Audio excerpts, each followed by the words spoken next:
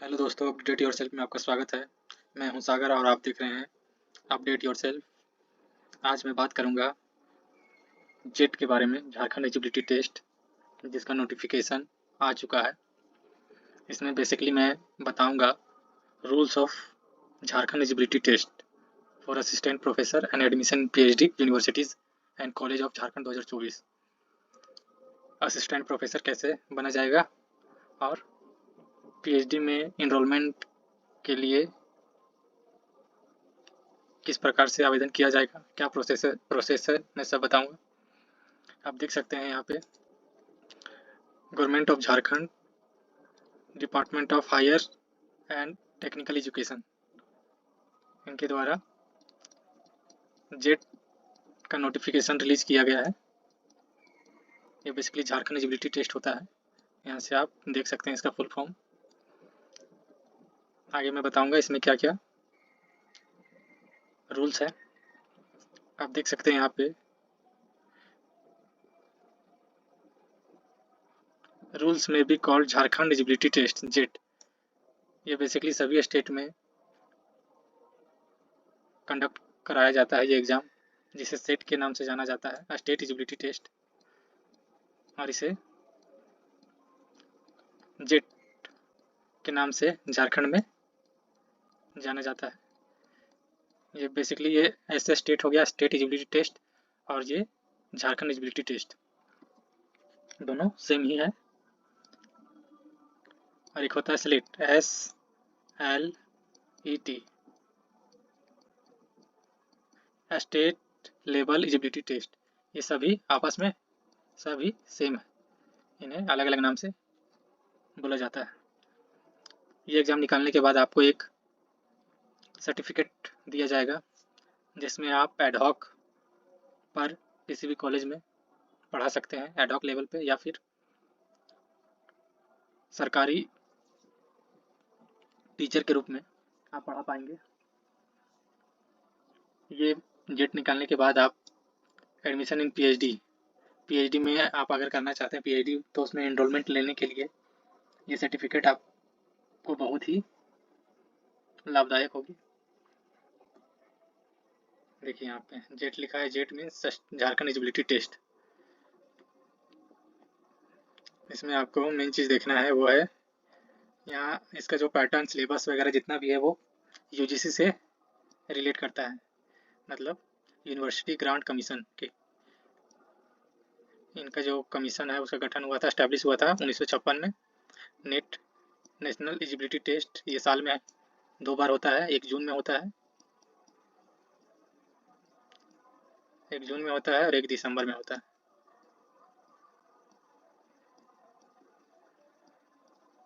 ये नेट जून और दिसंबर में होता है, साल में 2 बार होता है। उसी तरह CSIR होता है, इसमें council of scientific and industrial research. इसमें क्या होता है, इसमें आप जो साइंस बैकग्राउंड के स्टूडेंट रहते हैं, जैसे बायोलॉजी, केमिस्ट्री, मैथ, बॉटनी, ये सब नेशनल लेवल एग्ज़ाम है। इसमें भी वही चीज़ है, आपको एक सर्टिफिकेट दिया जाएगा अगर आप क्वालिफाई कर गए तो। इसमें बेसिकली 100 में 6% का ही वेटेज होता है, मतलब निकाला जाता है। 6% ही लोग क्वालिफाई कर पाते हैं।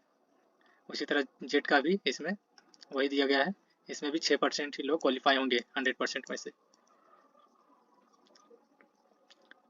ये वही चीज़ मैंने बताया था, स्टेट एलिजिबिलिटी टेस्ट सब एक ही नाम से जाना जाता है, या फिर सेट कहिए, स्टेट एलिजिबिलिटी टेस्ट, या जेट कहिए, झारखंड एलिजिबिलिटी टेस्ट, सभी सब एक ही है। CBT कंप्यूटर बेस्ड टेस्ट होता है, ये फुल फॉर्म दिया गया है, AIU मतलब एसोसिएशन ऑफ इंडियन यूनिवर्सिटीज़।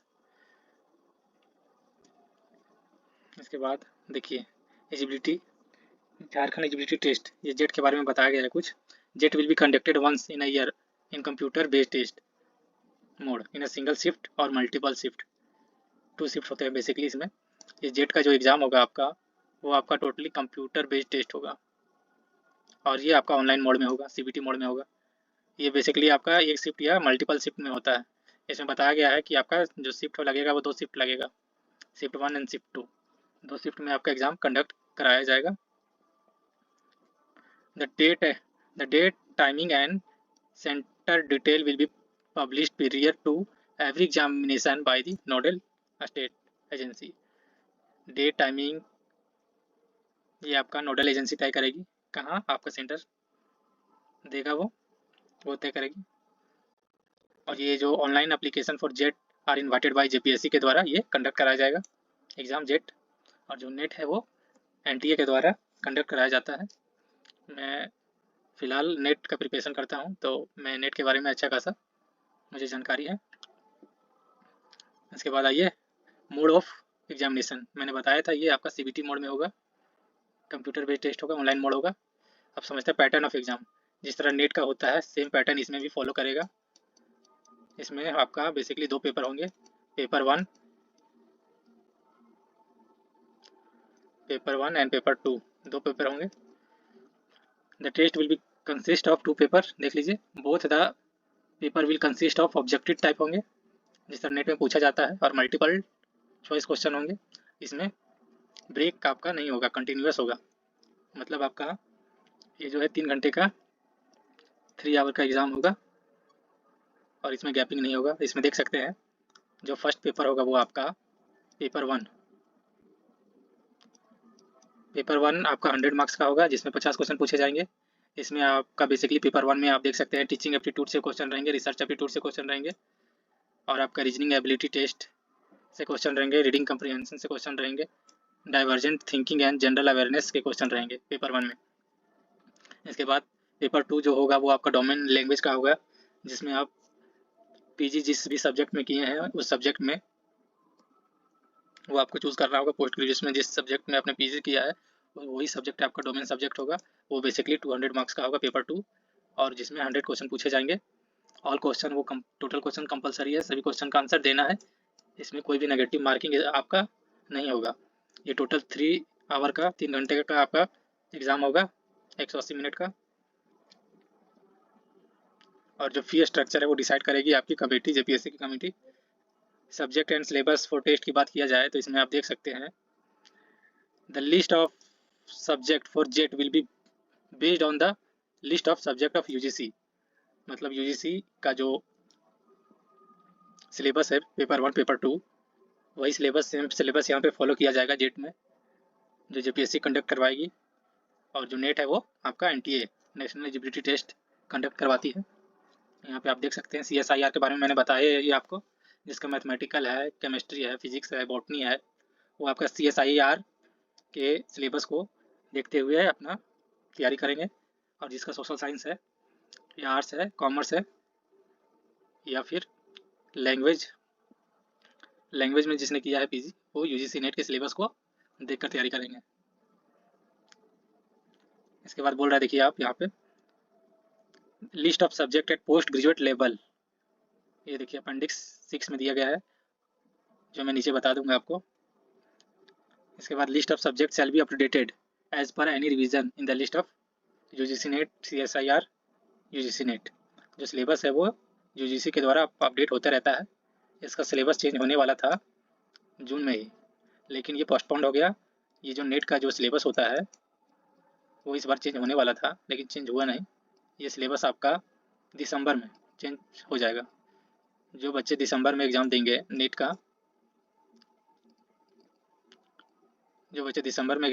का, उसमें हो सकता है नेट का सिलेबस चेंज हो जाए। लेकिन फिलहाल अभी जो नेट का सिलेबस है उसी अकॉर्डिंग आपको पढ़ाई करना है जेट को निकालने के लिए, झारखंड एलिजिबिलिटी टेस्ट को निकालने के लिए। मीडियम ऑफ क्वेश्चन पेपर की बात की जाए तो इसमें देख सकते हैं आपका दोनों लैंग्वेज में होगा आपका मीडियम ऑफ पेपर, हिंदी और इंग्लिश दोनों। उसके बाद देखिए option of medium of question paper should be carefully chosen. आपका जो ऑप्शन आप मीडियम जो रखेंगे, हिंदी में आपको क्वेश्चन आंसर करना है ऑब्जेक्टिव, या इंग्लिश में करना है, वो आप केयरफुली भरेंगे। एक बार भरने के बाद फिर दोबारा आपका चेंज नहीं होगा, कैन नॉट बी चेंज्ड। ये the option once exercised can not be change, दोबारा चेंज आपका नहीं होगा, इसलिए आप केयरफुली आपको भरना होगा।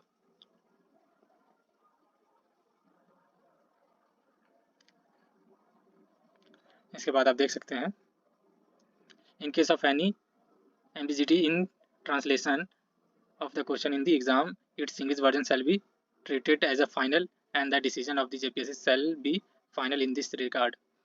अगर ट्रांसलेशन में किसी प्रकार की भी आपको परेशानी होगी तो उसमें बेसिकली उसमें रहता है ऑप्शन आपका जो लैंग्वेज जो चूज़ करेंगे, ये लिखा नहीं रहा है, जो लैंग्वेज आप चूज़ करेंगे तो उसमें आपका ऑप्शन रहता है, आपको हिंदी में देखना है तो हिंदी में देखेंगे या फिर इंग्लिश में देखना है तो इंग्लिश में आप देख सकते हैं। जहाँ पे आपको ट्रांसलेशन में कोई दिक्कत होगा, मतलब इंग्लिश जो क्वेश्चन लिखा हुआ है उसका ट्रांसलेट करने में कोई परेशानी हो रही है, नहीं समझ में आ रहा है, तो आप हिंदी ऊपर वहाँ कॉर्नर होगा उसको सेलेक्ट करके आप देख सकते हैं, उसमें कोई दिक्कत नहीं है।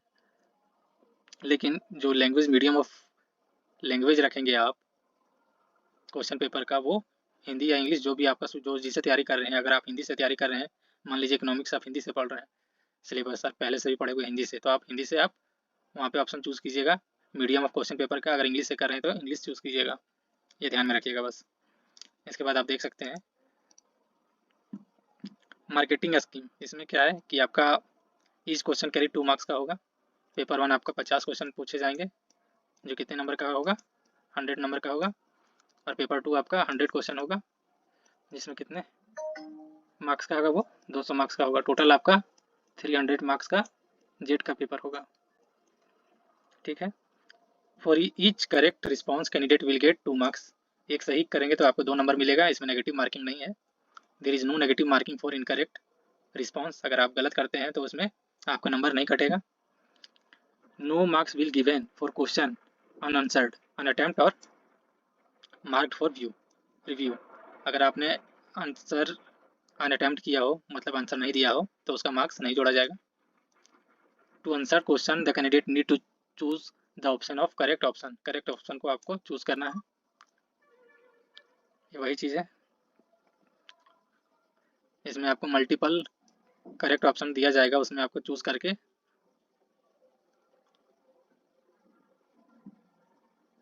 आंसर देना है। If the question is found to be incorrect and question is dropped, then 2 marks will be awarded to only to those candidates who have attempted the question। अगर मान लीजिए एक क्वेश्चन ड्रॉप किया हुआ है, मतलब उसमें फॉल्ट है, ठीक है, तो वो क्वेश्चन आप अटैम्प्ट किए हुए हैं, उसमें फॉल्ट है क्वेश्चन में, तो एनटीए के द्वारा आपको 2 नंबर मिल जाएगा। अगर आप अटैम्प्ट किए हैं ऑप्शन 1 2 3 4, ये चारों में से मान लीजिए 2 सही है तो 2 में टिक किए हैं आप, तो आपको 2 नंबर मिल जाएगा। ये क्वेश्चन मान लीजिए गलत है, रॉन्ग क्वेश्चन है, और ये आप टिक कर लिए तब मिलेगा। अगर ये आप नहीं किए, मान लीजिए ये आप अटैम्प्ट नहीं किए, तो आपका 2 नंबर नहीं मिलेगा, ठीक है। इसके बाद आते हैं एलिजिबिलिटी क्राइटेरिया फॉर जेट। क्या एलिजिबिलिटी है इस एग्ज़ाम को लेके? तो क्वालिफाइंग एग्ज़ाम आप देख सकते हैं यहाँ पे, जो अनरिजर्व कैटेगरी है या ईडब्ल्यूएस कैंडिडेट है उसको सिक्योर करना पड़ेगा कितना marks, 55 marks without rounding off. Rounding मतलब पॉइंट में नहीं लेके, ठीक है, जैसे 55 पॉइंट समथिंग समथिंग ऐसे होता है ना, 26%, तो विदाउट राउंडिंग ऑफ करके आपका लिया जाएगा। इन मास्टर डिग्री और equivalent examination for universities institute recognised by UGC. जो यूजीसी के अंतर्गत जो कॉलेज यूनिवर्सिटीज़ आते हैं उसमें आपका पीजी में कितना होना चाहिए, मास्टर्स में, पीजी कह ले या मास्टर्स, उसमें 55% मार्क्स एटलीस्ट होना चाहिए, तभी आप जेट को भर पाएंगे, अन्यथा नहीं भर पाएंगे। ये है जनरल और ईडब्ल्यूएस के लिए। इसके बाद आप देख सकते हैं BC1 BC2 या schedule caste schedule tribe person या पीडब्ल्यूडी के लिए इसमें आपको सिक्योर करना पड़ेगा 50 मार्क्स विदाउट राउंडिंग ऑफ, इसमें भी वही चीज़ है। और SC/ST के लिए आप 50% मार्क्स मास्टर्स में होना चाहिए। अगर आपका नहीं है तो आप इस फॉर्म को फिलअप नहीं कर पाएंगे। फिर आगे देखते हैं, और जो कैंडिडेट मास्टर्स कर रहे हैं, candidates who pursuing the master degree और इक्विवेलेंट कोर्स, और candidate who have appeared their qualifying master degree final year. जो स्टूडेंट अभी मान लीजिए मास्टर्स कर रहे हैं और जो फाइनल ईयर में है, 2 ईयर का होता है मास्टर्स 1 एंड 2 MA, जो फाइनल ईयर में है मतलब दूसरे ईयर में है, वो इस फॉर्म को भर पाएंगे, और जो फर्स्ट ईयर है में है अपीयरिंग में है वो इस फॉर्म को नहीं भर पाएंगे। यहाँ पे लिखा हुआ है फाइनल ईयर के जो स्टूडेंट है वही इस फॉर्म को भर पाएंगे जो अपीयरिंग में है, और जिसका हो गया है वो तो भर ही लेंगे। इसमें भी वही क्राइटेरिया है, इसमें देखिए आप वही चीज़ है जो मैंने ऊपर समझाया था। ये only after they have pass their master degree और equivalent examination with at least 55% marks आपका दोनों मिल मतलब मास्टर्स में आना चाहिए रिजल्ट में। और जो BC1 BC2 है या SC ST है उसके लिए 50 मार्क्स आना चाहिए, जो परसुइंग है MA कर रहे हैं उनके लिए।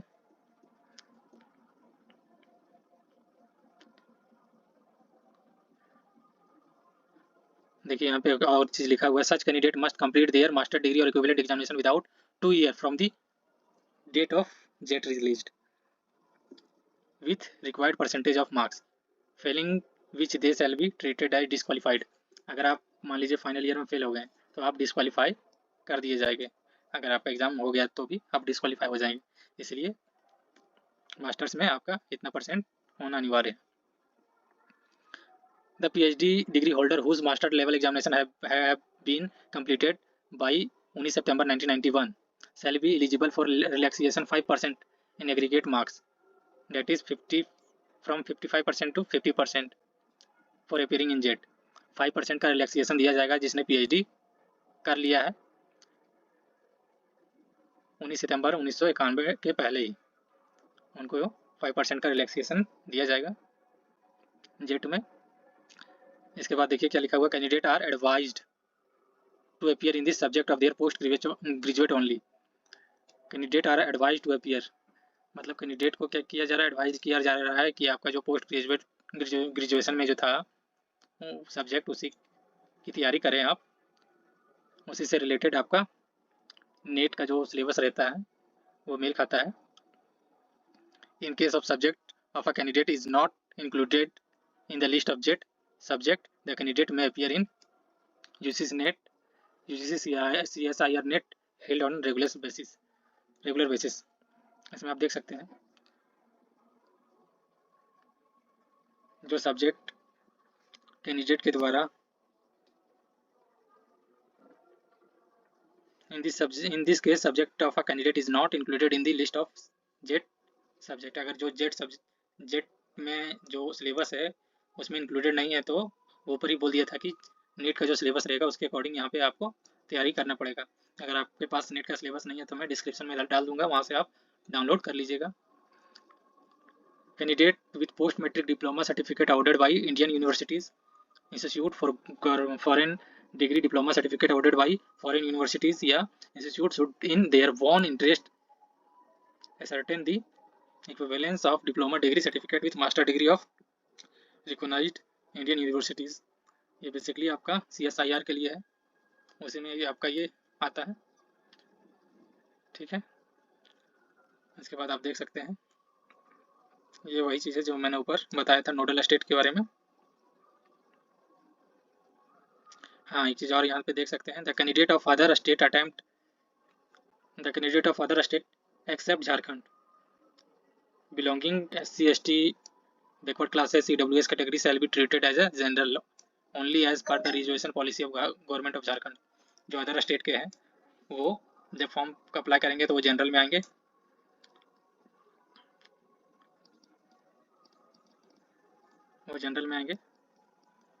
केवल रिजर्वेशन की जो रिजर्वेशन पॉलिसी झारखंड सरकार के द्वारा बनाई गई है वो केवल SC ST बैकवर्ड क्लासेस या EWS के लिए ही मिलेगा।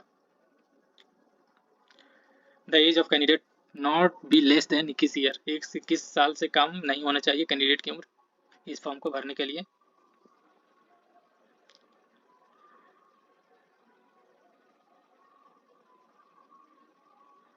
इसके बाद देखें आप examination eligibility for assistant professor and admission in PhD। किसको छूट दी जाएगी इस एग्ज़ाम को नहीं देने के लिए, उसमें आप देख सकते हैं जो पहले से नेट क्वालिफाइड हैं जो स्टूडेंट वो इस एग्ज़ाम में एग्जाम्प्टेड होंगे, उससे एग्ज़ाम नहीं देना पड़ेगा। यहाँ पे साफ साफ लिखा है NET JET shall remain in the minimum eligibility condition for requirement and appointment of assistant professor and admission in PhD in universities college institution of Jharkhand. आपका जब नेट और जेट मान लीजिए जेट पहले से ही आप क्वालिफाइड है या नेट, तो आप दोबारा उसी सब्जेक्ट से आप फॉर्म को फिलअप नहीं कर पाएंगे, ठीक है। यहाँ पे देखिए लिखा है ना, candidate who have clear the previous JET are not eligible to apply again in the same subject, ठीक है। यहाँ पे फिर देखिए एज लिमिट एंड रिलैक्सेशन जो दिया जाएगा उसके बारे में बात करते हैं। तो इसमें कोई भी एज का लिमिट नहीं है। There is no upper limit in applying for JET. किसी भी उम्र के व्यक्ति 35-36 साल के हो या 40 साल के हो, 50 साल के हो, कोई एज लिमिट नहीं है इसमें।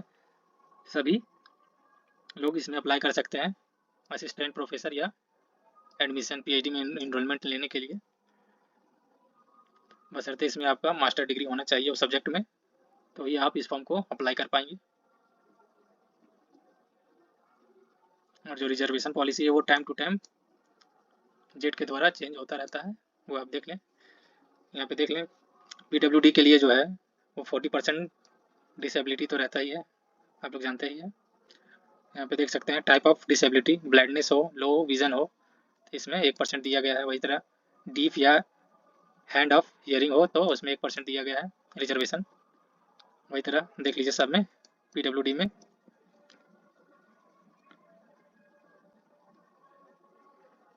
सॉरी, ये आपका डिसेबिलिटी में दिया गया है रिजर्वेशन। पीडब्ल्यूडी का यहाँ है देखिए, facility for PWD candidates to appear in the examination. PWD candidates who are visually or है ना impaired or have a disability in the upper limb, finger hand, एक पीडब्ल्यूडी का है ना, जो फिजिकली हैंडीकैप्ड पर्सन है उसके लिए ये रिजर्वेशन दिया गया है। PW candidates who desire to avail the service of the ascribed need to option for during the online registration for JET। Display of provisional answer key for challenges. Provisional answer की आपका आएगा exam खत्म होने के बाद, वो JPSC decide करेगी कि कब प्रोविजनल आंसर क्या आएगा। उसका डेट अभी मेंशन नहीं है, वो नोटिफिकेशन के माध्यम से पता चल जाएगा। JPSC will display provisional answer key for the question of JPSC website. ये जेपीएससी के पोर्टल जो ऑफिशियल पोर्टल है उसमें आएगा। इसमें आप चैलेंजेस कर पाएंगे प्रोविजनल आंसर की को। Answer key are likely to be displayed for 2 और 3 डेज। उसके बाद 2-3 दिन के बाद चैलेंजेस करने के बाद 2-3 दिन के बाद आपका क्या होगा, आंसर की आ जाएगा। इसमें बेसिकली आप अपने प्रोविजनल आंसर की को डाउनलोड करके रख सकते हैं जिस तरह नेट में रखा जाता है, और वहाँ पे आपको कुछ पेमेंट पे करने होंगे पर क्वेश्चन के हिसाब से। उसके बाद फाइनली आपको लॉक करना होगा, देन सबमिट करना होगा। जिसमें आप चैलेंजेस करेंगे आंसर की को, वो जेपीएससी के द्वारा वहाँ पे देखा जाएगा। उसके बाद फाइनल आंसर की 2-3 दिन के बाद आप निकाल दिया जाएगा जेपीएससी के द्वारा। ठीक है, ये वही चीज़ है। इसमें कुछ फी पेमेंट करना होगा चैलेंजेस के लिए, जो नॉन रिफंडेबल होगा, वो पैसा आपको वापस नहीं मिलेगा। ये आपको ऑनलाइन चैलेंजेस करना होगा जेपीएससी के पोर्टल में आके। ठीक है,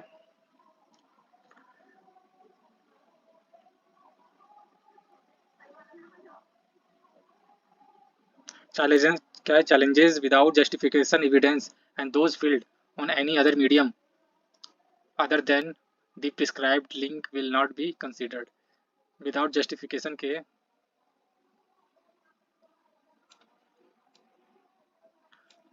आपका चैलेंजेस आंसर की कंसीडर नहीं किया जाएगा। ठीक है, JPSC decision on the challenges shall be final and the result will be declared on the website of the final answer की। और फाइनली वो अपना जेपीएससी आंसर की रिलीज करेगा, उसके बाद आप फाइनली मिला सकते हैं। Display of recorded response. The display will the JPSC will display the question paper and attempt recorded response by the candidate on the JPSC website prior to declaration of result. The question attempt and recorded response are like to be displayed for 2 or 3 days। वही चीज लिखा है, 2 या 3 दिन में आपका question display होगा जो आप चैलेंजेस की में सबमिट करोगे। Procedure of criteria for declaration result, क्या प्रोसीजर है रिजल्ट डिक्लेयर करने का, वो भी देख लें आप। The candidate the number of candidate to be qualified, the slot of eligible for assistant professor and admission in PhD shall be equal to 6% candidate appear in the both paper of JET. जितने अपीयर candidate होंगे उसके मात्र 6% candidate qualify माने जाएंगे। जैसे जैसे कोई सब्जेक्ट है जैसे इकोनॉमिक्स है, ठीक है। तो इसमें 100% में केवल 6% ही कैंडिडेट होंगे जो जेट को क्वालिफाई कर पाएंगे, बाकी 94% के लिए सीट्स नहीं रहेंगे, समझे। ये नेट में जिस तरह है रेगुलेशन, वही रेगुलेशन जेट में भी है, ठीक है। Total seat allowed shall be allocated to different category as per the reservation policy of the government of Jharkhand, ठीक है। ये रिजर्वेशन पॉलिसी जो भी झारखंड की होगी वहाँ पे यहाँ पे अप्लाइड करेंगे ये सब चीज़ मैंने ऊपर ही बता दिया है। 40% PWD कैटेगरी को। यहाँ पे देखिए एक मेथड है कैसे कैलकुलेट किया जाएगा, वो आप देख सकते हैं यहाँ पे। जैसे example, the number of candidate to be declared qualifying for eligibility for assistant professor and admission in PhD in the subject economics for the schedule caste category, ठीक है। शेड्यूल कास्ट कैटेगरी में जो असिस्टेंट प्रोफेसर या PhD में enrolment के लिए candidate होंगे उसका सिलेक्शन कैसे किया जाएगा, उसके लिए यहाँ पे जितने अटैम्प्ट किए हैं टोटल कैटेगरी, ऐसी कैटेगरी में टोटल जितने अटैम्प्ट किए हैं, है ना, the number of candidates belonging to ऐसी category who secure at least 35% aggregate marks in both the paper taken together for ऐसी category for economics, ठीक है, into किसी इंटू कर देंगे the slot draft for category as per the step 2, फिर उसको divide कर देना है total number of category belonging to ऐसी category over all subjects who secure at least 35% marks in the both the paper taken together, ठीक है। मतलब मान लीजिए दोनों पेपर में 35% है, ठीक है, ऐसी कैटेगरी का, तो उसको जितने स्लॉट्स हैं ऐसी कैटेगरी के, जैसे 3000 अपियर 4000 अपियर किए लड़के हैं एग्जामिनेशन में बैठने के लिए, ठीक है, उससे डिवाइड कर लेना है।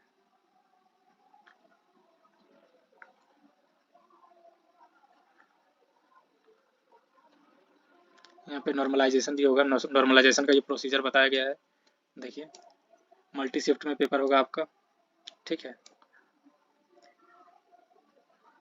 ये बोला गया रॉ मार्क्स जो है वो obtain by the candidate in different shifts या session will be converted to JET score या परसेंटाइल के फॉर्म में रहेगा। The detail procedure on JET the score being appointed is available on JPSC website under normalisation procedure based on percentile score. Normalisation procedure होने के बाद ये percentile में आपका रिजल्ट आएगा, ठीक है। यहाँ पे बेसिकली देख लीजिए एग्जांपल के तौर पे बताया गया है in the examination held in 2 shift, अगर एग्जामिनेशन 2 शिफ्ट में होगा, if the 40 marks correspond to a percentage score of 78, ठीक है। अगर 40% मार्क्स परसेंटाइज स्कोर में 78 आता है शिफ्ट 1 में एंड 79 इन शिफ्ट 2, ठीक है, तो क्या होगा, then all equal, then all those equal to और अबव 78 परसेंटाइल, परसेंटाइल को कितना है 100 to 78 in both shift will become eligible in general category, ठीक है। तो ये आपका जनरल कैटेगरी में आएंगे, बेसिकली इससे ज़्यादा ही आएगा, लेकिन एग्जांपल के तौर में इस तरह बताया गया है, ठीक है। Similar method will be adopted for the other category, यही मेथड फिर दूसरे कैटेगरी में अडॉप्ट किया जाएगा परसेंटाइल कोर में निकालने के लिए। मैं नीचे फिर बताऊंगा कैसे निकाला जाता है, अगर यहाँ नहीं समझ में आया हो तो।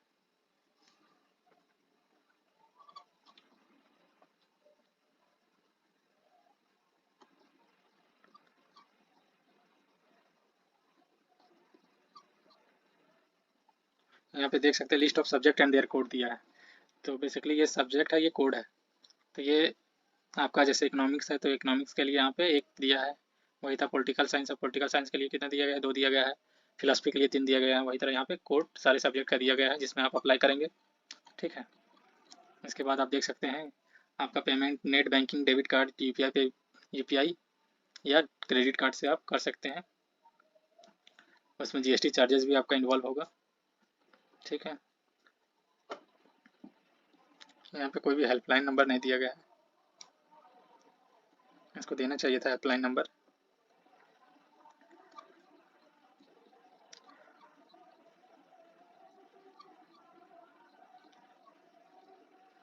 ये रफ वर्क के लिए आपको पेजेस दिया जाएगा जब आप एग्ज़ाम CBT मोड में देंगे उस टाइम रूम हॉल में, ताकि आप मैथमेटिकल टर्म को रफ कर सकें।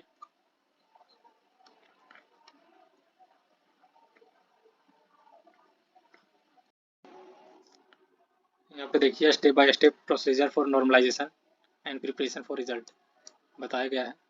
शिफ्ट 1 एंड शिफ्ट 2 दो शिफ्ट में होगा उसके बारे में, ठीक है। यहाँ पे देखिए परसेंटाइल, टोटल परसेंटाइल कैसे निकलेगा, 100 इंटू स्कोर जो रहेगा, number of candidate appeared from the session with row equal, एक रो में जितने कैंडिडेट अपीयर होंगे उसको लिखना है इक्वल टू और लेस देन दी T1 स्कोर, ठीक है। टोटल स्टूडेंट स्टूडेंट रो में मान लीजिए 46,250 है, 46,250 स्टूडेंट यहाँ पे लिखेंगे और उसको डिवाइड कर देंगे total number of candidate appeared in this session, और जितने अपीयर्ड है उसको लिख देंगे तो आपको परसेंटाइल में निकल जाएगा, ठीक है। यहाँ पे देख सकते हैं जो सब्जेक्ट कोड है उसका दिया गया है, एंथ्रोपोलॉजी का 807 है, अरेबिक का 228 है। ये subject and post graduation code है जिसमें आपको फिलअप करना पड़ेगा फॉर्म में। इकोनॉमिक्स एंड रूरल इकोनॉमिक्स के लिए कितना है 801 है कोड, वही तरह कॉमर्स के लिए कितना है 808, आप देख ले अपने जिसमें पीजी किया है वही कोड आपको डालना पड़ेगा।